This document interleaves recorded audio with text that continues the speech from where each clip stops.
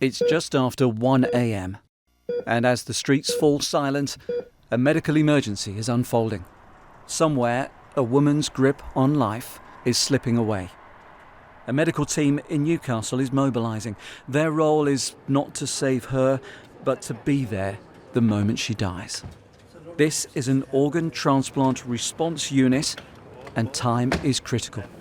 In this instance, it was a very late night call, and we don't get very many details about the donor, but unfortunately the patient was unlikely to survive in this instance. I went to bed about midnight, and after about an hour I got a call to go another hospital for assessing and retrieving the lungs for some other centre. That centre is 200 miles away in London, where another patient has been woken and told that the lungs they need to stay alive may be about to become available. Heading out of Newcastle to a location hours away, which our cameras can't disclose, the transplant team prefer to know little about the potential donor they are driving towards. Finding out less about how they've maybe passed away or lived their life, or they were good at this, they're good at that, the better, because it just makes it easier to deal with. You've got to think of the bigger picture and that someone actually needs these organs. It's now 5:30 a.m. The donor has died. The transplant team get ready to go to work. But for 60 seconds, everything stops.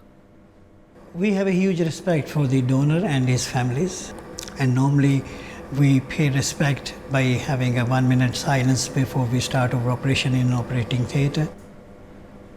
When you actually start doing the procedures, you do wake up and the adrenaline kicks in. It can be quite exciting. It is an emergency situation. 6.5 hours after the call first came through, the lungs have been successfully removed. But the news isn't good. We went there, we operated, and we assessed the organs, and unfortunately they were not suitable for implantation. It is sometimes frustrating because it's unsociable hours, it's a long nights. The team returns to Newcastle. The boxes they packed to hold a precious cargo are empty. In London, no new lungs for the patient somewhere in this city that needs them. It puts your own mortality into perspective. It certainly makes you think about how you live your life and about your family and what would you want for yourself and for your own family. And if you were put into that position, you know, would you receive an organ or a transplant? Because I know I would if I needed to, or would become a donor if I needed to as well.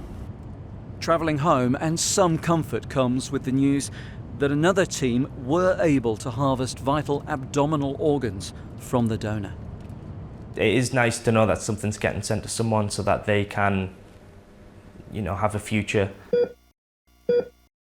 It's morning. The sun is rising in Newcastle. A life has been lost. Another has been saved.